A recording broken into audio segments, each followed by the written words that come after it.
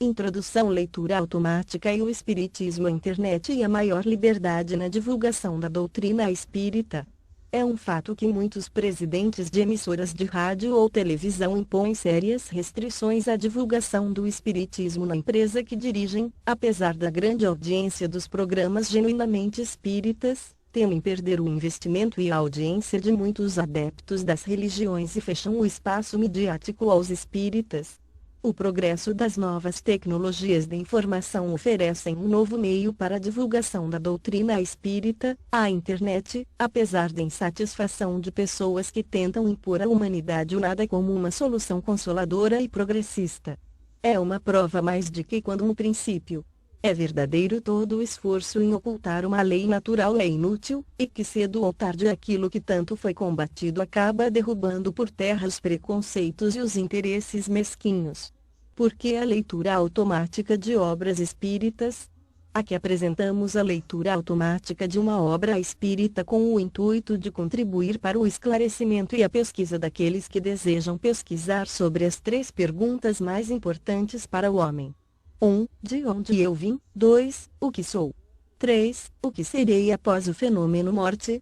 Esta leitura automática tem como intuito também servir de material de pesquisa para aqueles que, espiando e provando, sentem a cada momento a visão no mundo material diminuir, mas através do espiritismo se esclarecerão que o estado atual é passageiro e terá um fim cedo ou mais tarde de acordo com a forma que vivem a vida, que não se acaba. A leitura automática, suas qualidades e deficiências. A leitura automática permite escutar longos textos, contribuindo para a compreensão do conteúdo, uma formatação especial do texto para se adequar às características da informática. Mesmo assim, os programas de computador têm limites que não permitem a pronúncia adequada de certas palavras, além de aportuguesar palavras estrangeiras que permanecem com a pronúncia estrangeira já consagrada no cotidiano do brasileiro. Neste trabalho, esta dificuldade pode ser superada adquirindo o livro Seu e o Inferno de Allan Kardec, baixando no site deste instituto, www.icemeb.com, e até mesmo contando com a ajuda de pessoas esclarecidas que, com o intuito de esclarecer, podem ajudar no entendimento do verdadeiro sentido da obra, além do uso constante de leituras deste tipo, dar condição de deduzir os termos que as limitações da tecnologia atual não podem superar. Os membros do ICEMEB desejam a todos um bom aproveitamento da obra que lhes é oferecida. Membros do ICEMEB. Intervenção dos demônios nas modernas manifestações. Os modernos fenômenos do espiritismo têm atraído atenção sobre fatos análogos de todos os tempos, e nunca a história foi tão compulsada neste sentido como ultimamente. Pela semelhança dos efeitos, inferiu-se a unidade da causa. Como sempre acontece relativamente a fatos extraordinários que o senso comum desconhece, o vulgo viu nos fenômenos espíritas uma causa sobrenatural, e a superstição completou o erro ajuntando-lhes absurdas crendices.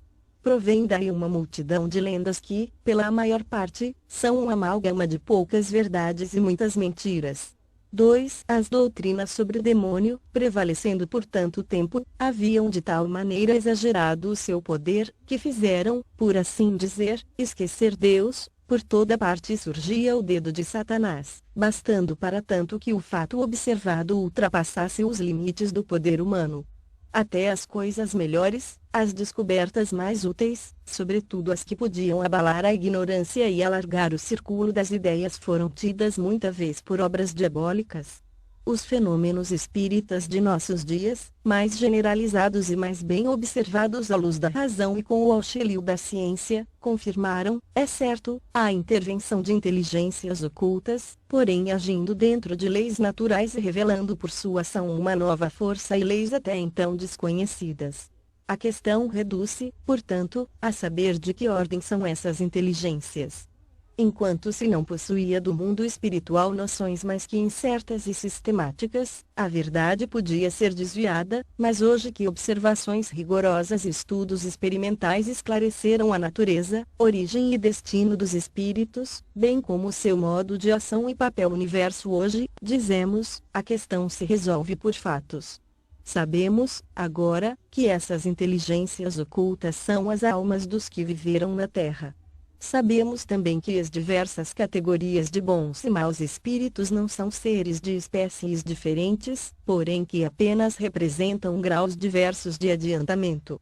Segundo a posição que ocupam em virtude do desenvolvimento intelectual e moral, os seres que se manifestam apresentam os mais fundos contrastes, sem que por isso possamos supor não tenham saído todos da grande família humana, do mesmo modo que o selvagem, o bárbaro e o homem civilizado. 3. Sobre este ponto, como sobre muitos outros, a Igreja mantém as velhas crenças a respeito dos demônios.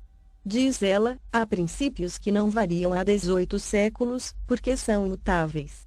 O seu erro é precisamente esse de não levar em conta o progresso das ideias, é supor Deus insuficientemente sábio para não proporcionar a revelação ao desenvolvimento das inteligências, é, em suma, falar aos contemporâneos a mesma linguagem do passado. Ora, progredindo a humanidade enquanto a Igreja se abroquela em velhos erros sistematicamente, tanto em matéria espiritual como na científica, cedo virá a incredulidade, avassalando a própria Igreja. 4. Eis como esta explica a intervenção exclusiva dos demônios nas manifestações espíritas. Nota de rodapé: as citações deste capítulo são extraídas da mesma pastoral indicada no precedente, da qual são corolários.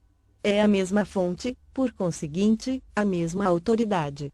Fim de nota de rodapé. Nota do organizador desta leitura automática: as citações a que se refere a nota de rodapé são aquelas que foram extraídas do resumo da pastoral do Monsenhor Gosset, cardeal arcebispo de Reims, para a quaresma de 1864. Fim da nota do organizador desta leitura automática. Nas suas intervenções exteriores, os demônios procuram dissimular a sua presença, a fim de afastar suspeitas. Sempre astutos e pérfidos, seduzem o homem com ciladas antes de algemá-lo na opressão e no servilismo. Aqui lhe aguçam a curiosidade com fenômenos e partidas pueris. Além, despertam-lhe a admiração e subjugam-no pelo encanto do maravilhoso. Se o sobrenatural aparece e os desmascara, então, acalmam-se, extinguem quaisquer apreensões, solicitam confiança e provocam familiaridade. Ora se apresentam como divindades e bons gênios, ora assimilam nomes e mesmo traços de memorados mortos. Com o auxílio de tais fraudes dignas da antiga serpente, falam e são ouvidos, dogmatizam e são acreditados, misturam com suas mentiras algumas verdades e inculcam o erro debaixo de todas as formas. Eis o que significam as pretensas revelações de além-túmulo. E é para tal resultado que a madeira e a pedra, as florestas e as fontes, o santuário dos ídolos e os pés das mesas e as mãos das crianças se tornam oráculos. É por isso que a pitonisa profetiza em delírio, que o ignorante se torna cientista num sono misterioso. Enganar e perverter, tal é, em toda parte e de todos os tempos, o supremo objetivo dessas manifestações. Os resultados surpreendentes dessas práticas ou atos, ordinariamente fantásticos e ridículos, não podendo provir da sua virtude intrínseca, nem da ordem estabelecida por Deus, só podem ser atribuídos ao concurso das potências ocultas. Tais são, notadamente, os fenômenos extraordinários obtidos em nossos dias pelos processos aparentemente inofensivos do magnetismo, como os das mesas falantes. Por meio das operações da moderna magia, vemos reproduzirem-se no presente as evocações, as consultas, as curas e sortilégios que ilustraram os templos dos ídolos e os antros das sibilas. Como outrora, interroga-se a madeira e esta responde, manda-se e ela obedece, isto em todas as línguas e sobre todos os assuntos, acha-se a gente em presença de seres invisíveis a usurparem nomes de mortos, e cujas pretensas revelações têm o cunho da contradição e da mentira, formas inconsistentes e leves aparecem, rápidas e repentinas, patenteando-se dotadas de força sobre-humana. Quais são os agentes secretos desses fenômenos, os verdadeiros atores dessas cenas inexplicáveis?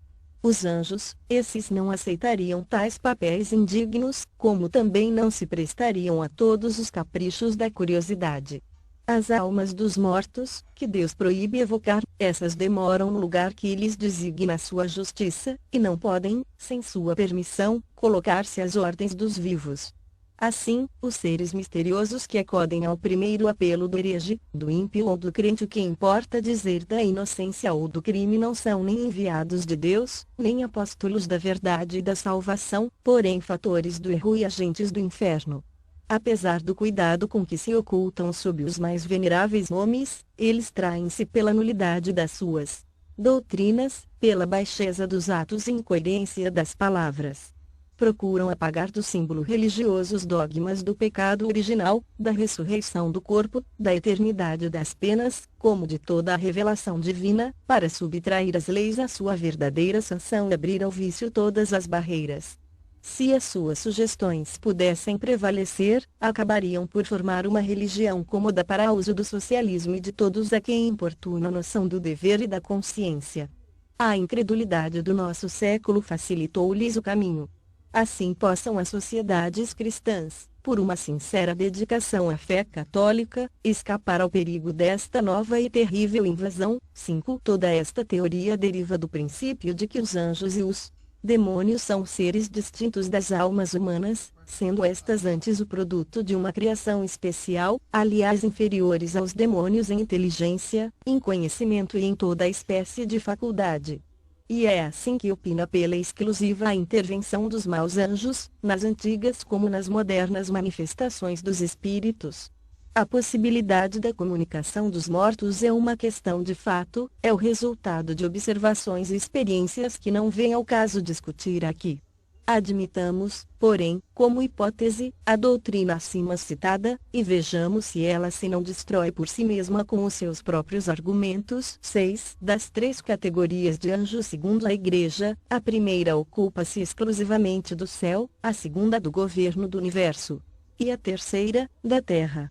É nesta última que se encontram os anjos de guarda encarregados da proteção de cada indivíduo. Somente uma parte dos anjos, desta última categoria, é que compartilhou da revolta e foi transformada em demônios.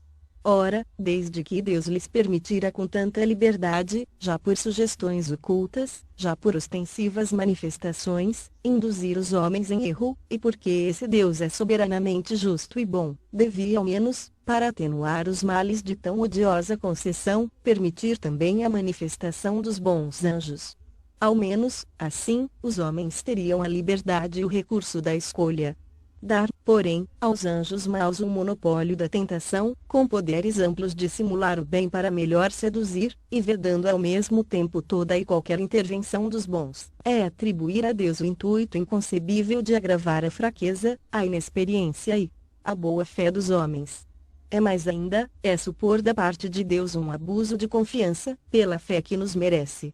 A razão recusa admitir tanta parcialidade em proveito do mal. Vejamos os fatos. 7. Aos demônios concedem-se faculdades transcendentes, nada perderão da natureza angélica, possuem o saber, a perspicácia, a previdência e a penetração dos anjos, tendo ainda, a mais, astúcia, ardil e artifício, tudo em grau mais elevado. O objetivo que os move é desviar os homens do bem, afastá-los de Deus e arrastá-los ao inferno, do qual são provedores e recrutadores. Assim, compreende-se que se dirijam de preferência aos que estão no bom caminho e nele persistem, compreende-se o emprego das seduções e simulacros do bem para atraí-los e perdê-los, mas o que se não compreende é que se dirijam aos que já lhes pertencem de corpo e alma, procurando reconduzi-los a Deus e ao bem. Quem mais estará nas garras do demônio do que aquele que de Deus blasfema, atido ao vício e à desordem das paixões? Esse não estará no caminho do inferno. Mas então como compreender que a uma tal presa esse demônio exorte a rogar a Deus, a submeter-se à sua vontade, a renunciar ao mal? Como se compreende que exalte aos seus olhos a vida deliciosa dos bons espíritos e lhe pinte a horrorosa posição dos maus? Jamais se viu um negociante realçar aos seus fregueses a mercadoria do vizinho em detrimento da sua, aconselhando-os a ir à casa dele. Nunca se viu um arrebanhador de soldados depreciar a vida militar, decantando o repouso da vida doméstica. Poderá ele dizer aos recrutas que terão vida de trabalhos e privações com 10 probabilidades contra uma de morrerem ou, pelo menos, de ficarem sem braços nem pernas?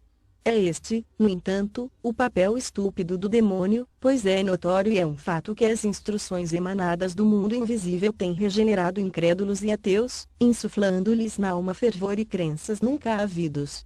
Ainda por influência dessas manifestações tem-se visto e vem-se diariamente regenerarem-se viciosos contumazes, procurando melhorarem-se a si mesmos. Ora, atribuir ao demônio tão benéfica propaganda e salutar resultado, é conferir-lhe diploma de tolo.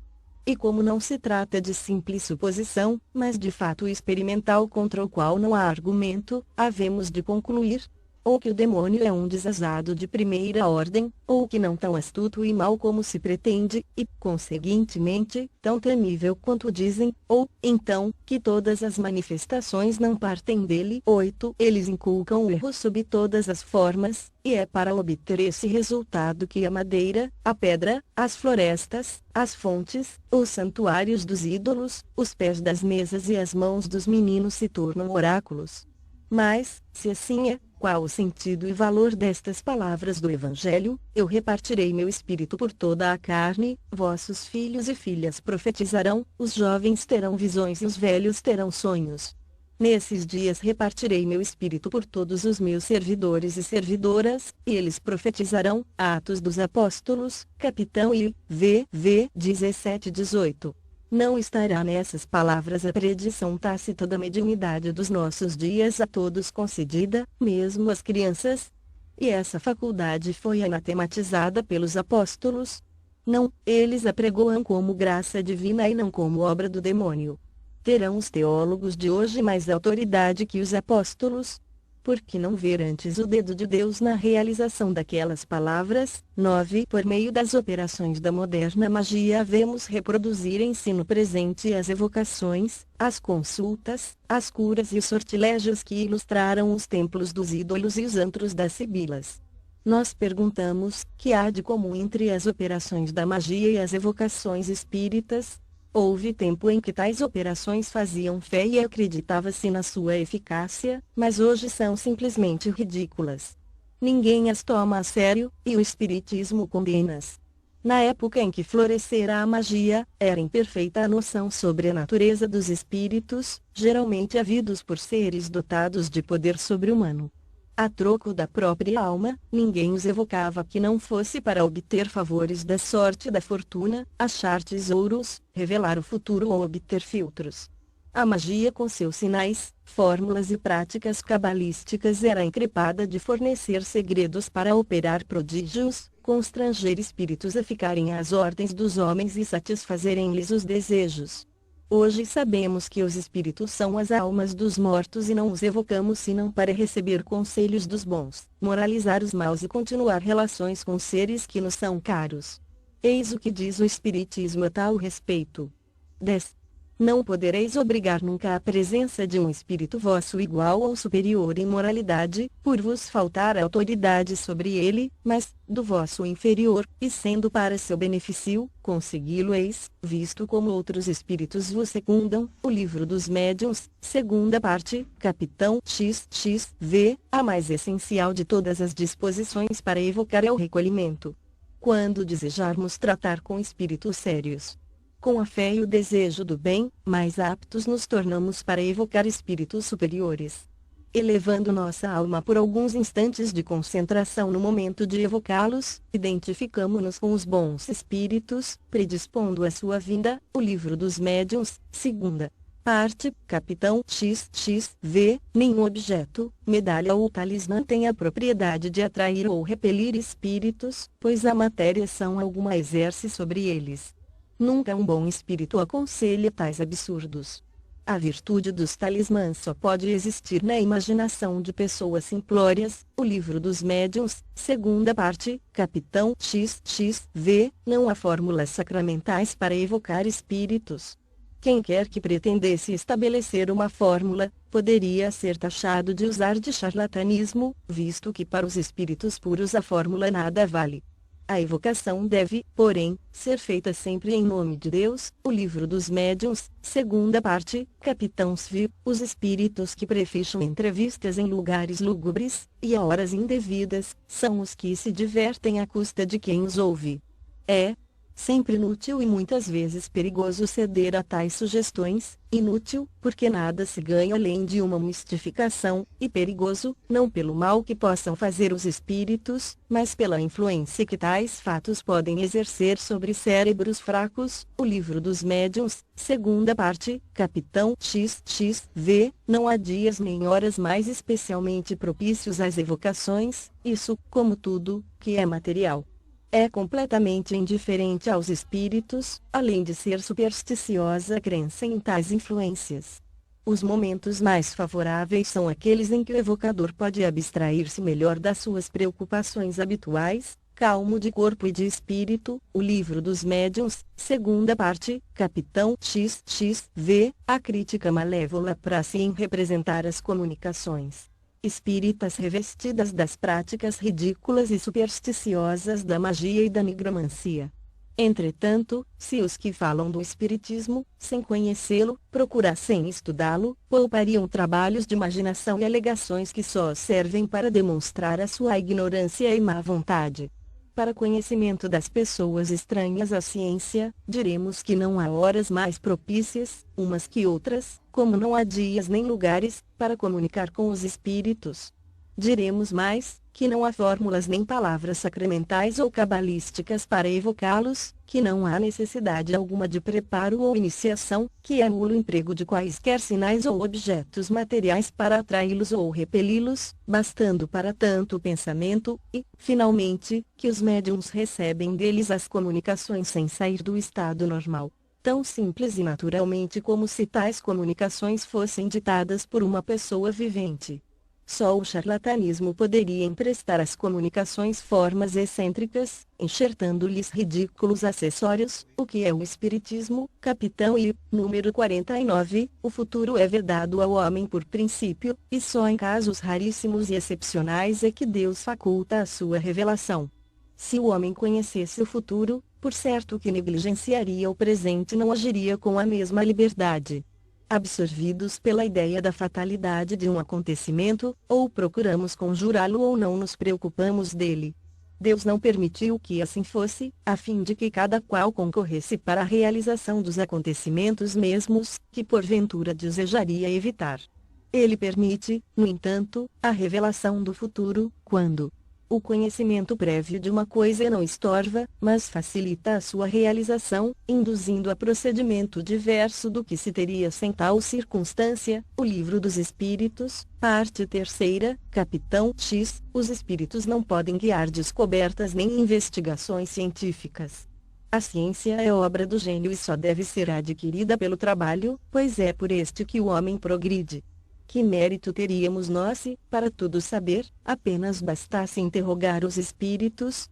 Por esse preço, todo imbecil poderia tornar-se sábio. O mesmo se dá relativamente aos inventos e descobertas da indústria. Chegado que seja o tempo de uma descoberta, os espíritos encarregados da sua marcha procuram o homem capaz de levá-la a bom termo e inspiram-lhe as ideias necessárias, isto de modo a não lhe tirar o respectivo mérito, que está na elaboração e execução dessas ideias. Assim tem sido com todos os grandes trabalhos da inteligência humana. Os espíritos deixam cada indivíduo na sua esfera, do homem apenas apto para lavrar a terra, não fazem depositários dos segredos de Deus, mas sabem arrancar da obscuridade aquele que se mostra capaz de secundar-lhes os desígnios. Não vos deixeis, por conseguinte, dominar pela ambição e pela curiosidade, em terreno alheio ao do espiritismo, que tais fitos não têm, pois com ele só conseguireis as mais ridículas mistificações. O Livro dos Médiuns, segunda parte, Capitão Svi. Os espíritos não podem concorrer para a descoberta de tesouros ocultos. Os superiores não se ocupam de tais coisas e só os zombeteiros podem entreter-se com elas, já indicando tesouros que o mais das vezes não existem, já apontando sítios diametralmente opostos àqueles em que realmente existem. Esta circunstância tem, contudo, uma utilidade, qual é de mostrar que a verdadeira fortuna reside no trabalho. Quando a providência tem destinado a alguém quaisquer riquezas ocultas, esse alguém as encontrará naturalmente, do contrário não, nunca. O Livro dos Médiuns, segunda parte, Capitão Svi, esclarecendo-nos sobre as propriedades dos fluidos agentes e meios de ação do mundo invisível constituindo uma das forças e potências da natureza. O Espiritismo nos dá a chave de inúmeros fatos e coisas inexplicadas inexplicáveis de outro modo, fatos e coisas que passaram por prodígios, em outras eras. Do mesmo modo que o magnetismo, ele nos revela uma lei, se não desconhecida, pelo menos incompreendida, ou então, para melhor dizer, efeitos de todos os tempos conhecidos, pois que de todos os tempos se produziram, mas cuja lei se ignorava e de cuja ignorância brotava superstição. Conhecida essa lei, desaparece o maravilhoso e os fenômenos entram para a ordem das coisas naturais. Eis porque os espíritos não produzem milagres, fazendo girar as mesas ou escrever os mortos, como o milagre não faz o médico em restituir a vida a um moribundo, e o físico provocando a queda do raio. Quem pretendesse fazer milagres pelo espiritismo não passaria de ignorante, ou então de mero prestidigitador. O Livro dos Médiuns, primeira parte, Capitão I. Pessoas há que fazem das evocações uma ideia muito falsa, há mesmo quem acredite que os mortos evocados se apresentam com todo o aparelho lúgubre do túmulo. Tais suposições podem ser atribuídas ao que vemos nos teatros ou lemos nos romances e contos fantásticos, onde os mortos aparecem amortalhados com o chocalhar dos ossos. O Espiritismo, que nunca fez milagres, também não faz esse, pois que jamais fez reviver um corpo morto. O espírito, fluídico, inteligente, esse não baixa campa com o grosseiro invólucro, que lá fica definitivamente. Separa-se dele no momento da morte, e nada mais tem de comum entre si. O que é o Espiritismo? Capitão I. N. O. Sobrescrito 48:11. Ampliamos estas citações para mostrar que os princípios do Espiritismo não têm relação alguma com os da magia. Assim, nem espíritos às ordens dos homens, nem meios de os constranger, nem sinais ou fórmulas cabalísticas, nem descobertas de tesouros, nem processos para enriquecer, e tampouco milagres ou prodígios, adivinhações e aparições fantásticas, nada, enfim, do que constitui o fim e os elementos essenciais da magia. O Espiritismo não só reprova tais coisas como demonstra a impossibilidade e ineficácia delas. Não há, afirmamo-lo ainda uma vez, analogia alguma entre os processos e fins da magia e os do espiritismo, só a ignorância e a má-fé poderão confundi-los. Dessa forma, tal erro não pode prevalecer, uma vez que os princípios espíritas não se furtam ao exame, e aí estão formulados inequívoca e claramente para todos. Quanto às curas, reconhecidas como reais na pastoral precitada, o exemplo está mal selecionado como meio de evitar relações com os espíritos. Efetivamente, essas curas são outros tantos benefícios que levam à gratidão e que todos podem experimentar. Pouca gente estará disposta a renunciar a elas, mormente depois de haver esgotado outros recursos antes de recorrer ao diabo. Depois, se o diabo cura, força é confessar que faz uma boa e meritória ação. Nota de rodapé, querendo persuadir as pessoas curadas pelo espiritismo que o foram pelo diabo, grande número delas se há separado da igreja, sem que jamais pensassem em fazê-lo. Fim da nota de rodapé 12. Quais são os agentes secretos de tais fenômenos, os verdadeiros autores dessas cenas inexplicáveis? Os anjos, esses não aceitariam papéis indignos, como também não se prestariam aos caprichos todos da curiosidade.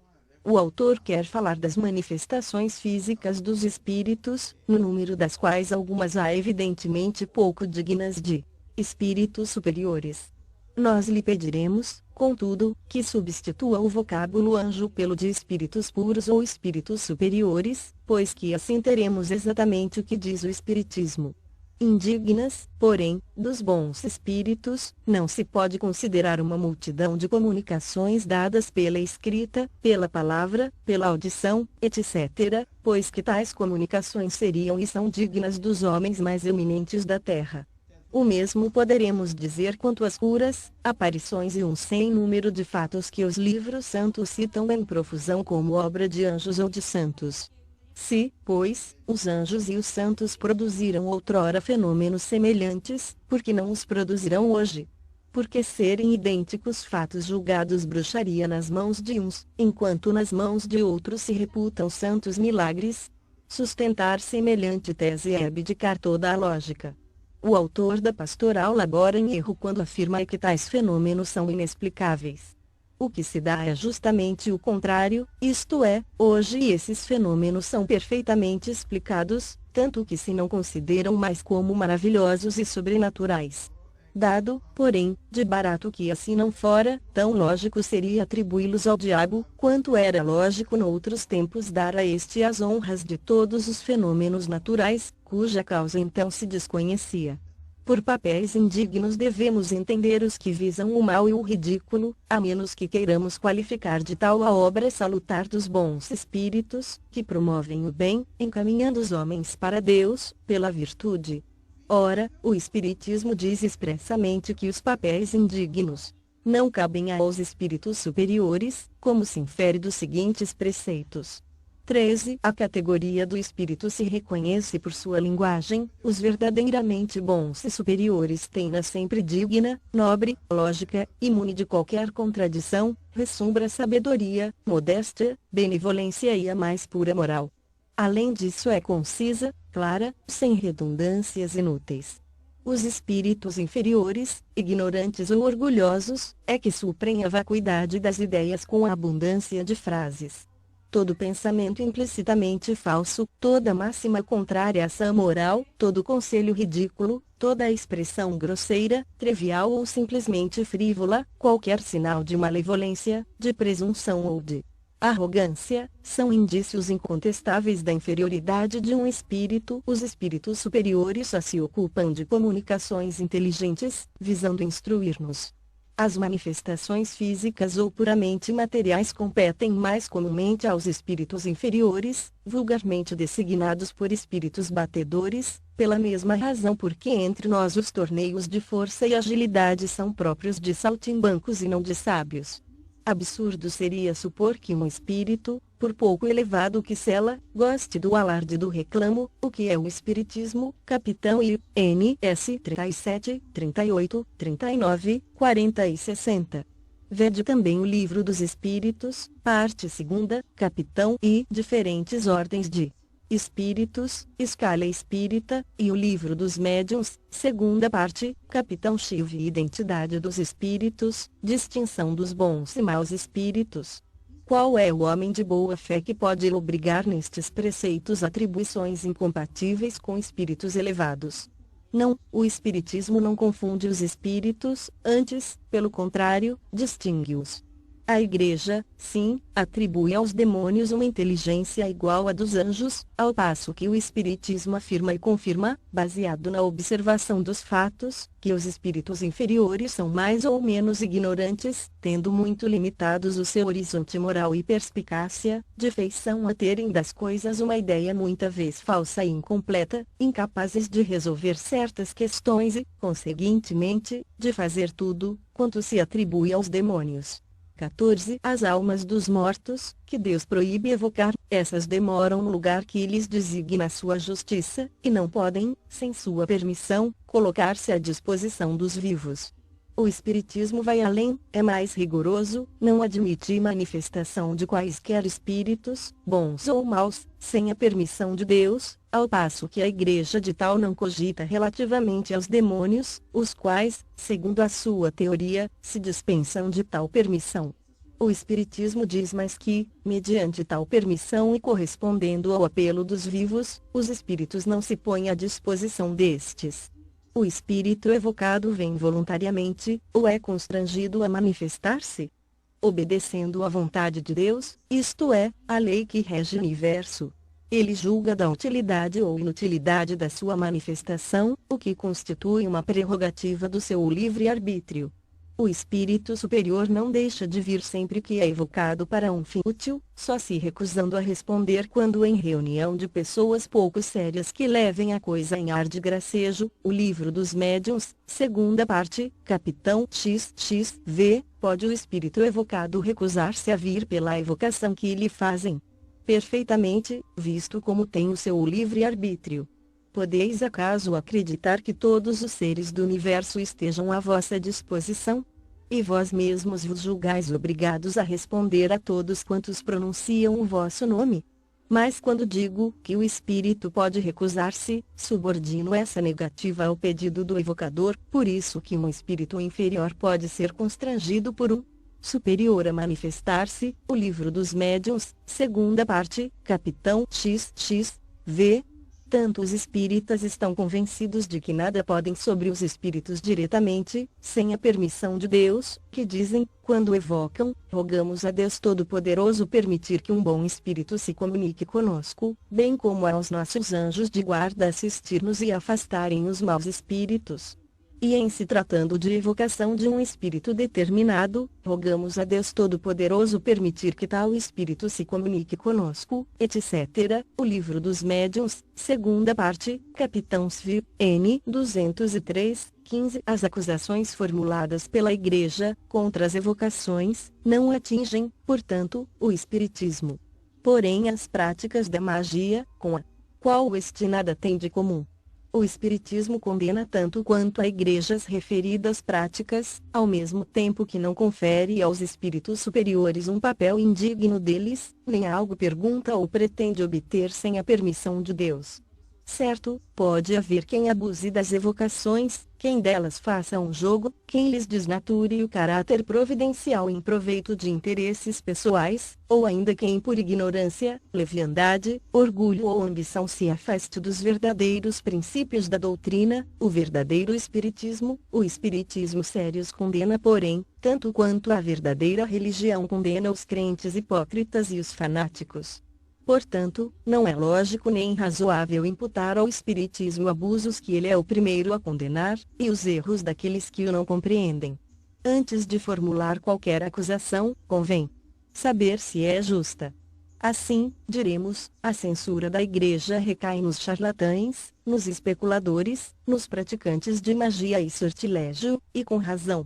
Quando a crítica religiosa ou séptica, dissecando abusos, profliga ao charlatanismo, não faz mais que realçar a pureza da sã doutrina, auxiliando-a no expurgo de maus elementos e facilitando-nos a tarefa. O erro da crítica está no confundir o bom e o mal, o que muitas vezes sucede pela má-fé de alguns e pela ignorância do maior número. Mas a distinção que uma tal crítica não faz, outros a fazem.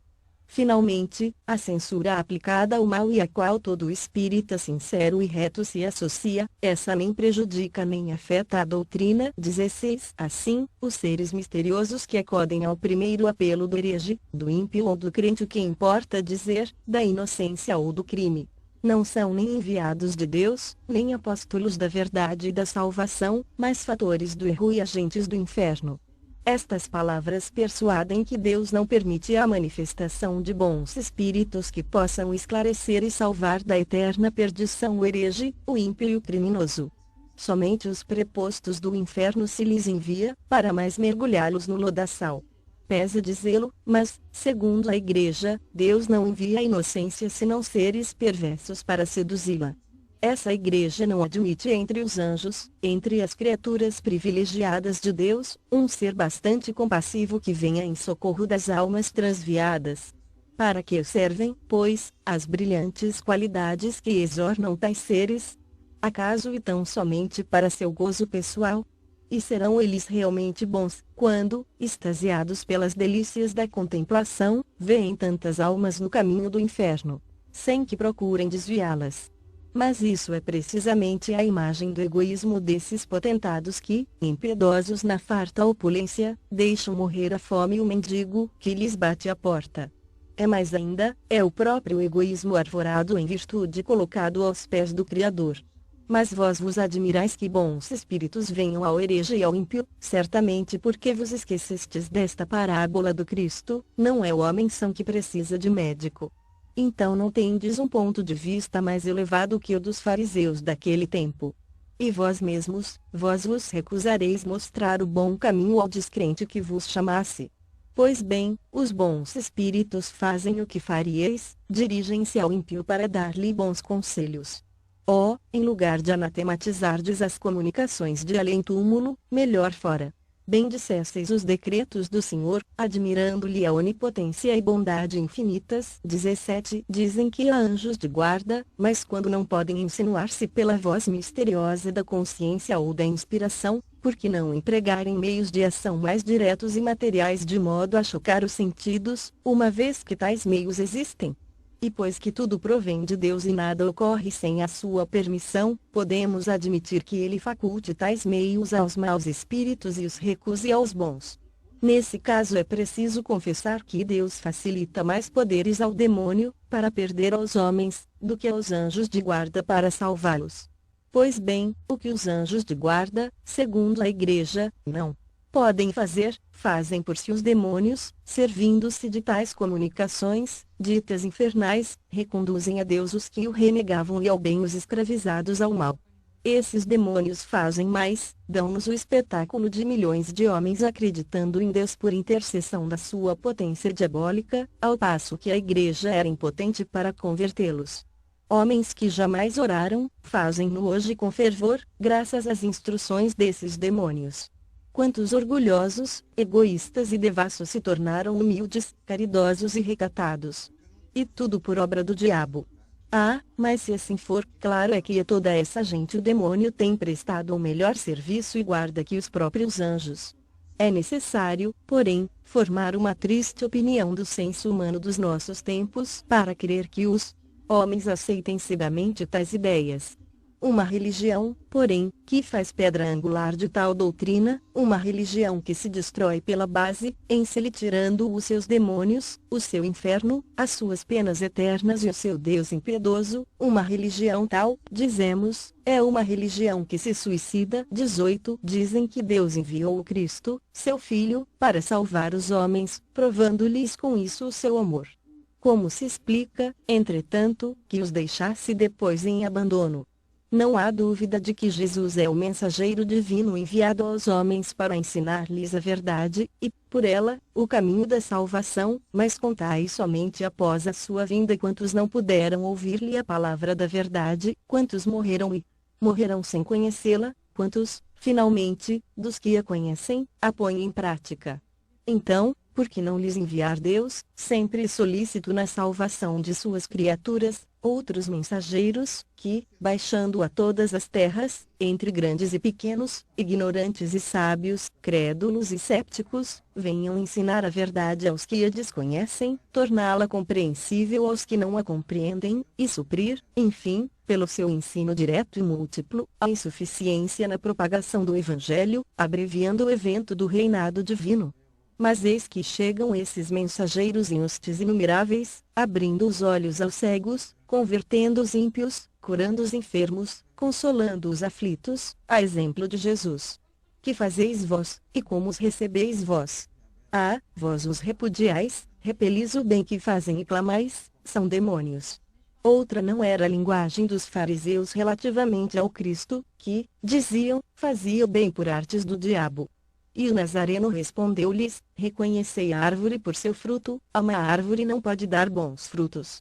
Para os fariseus eram maus os frutos de Jesus, porque ele vinha destruir o abuso e proclamar a liberdade que lhes arruinaria a autoridade.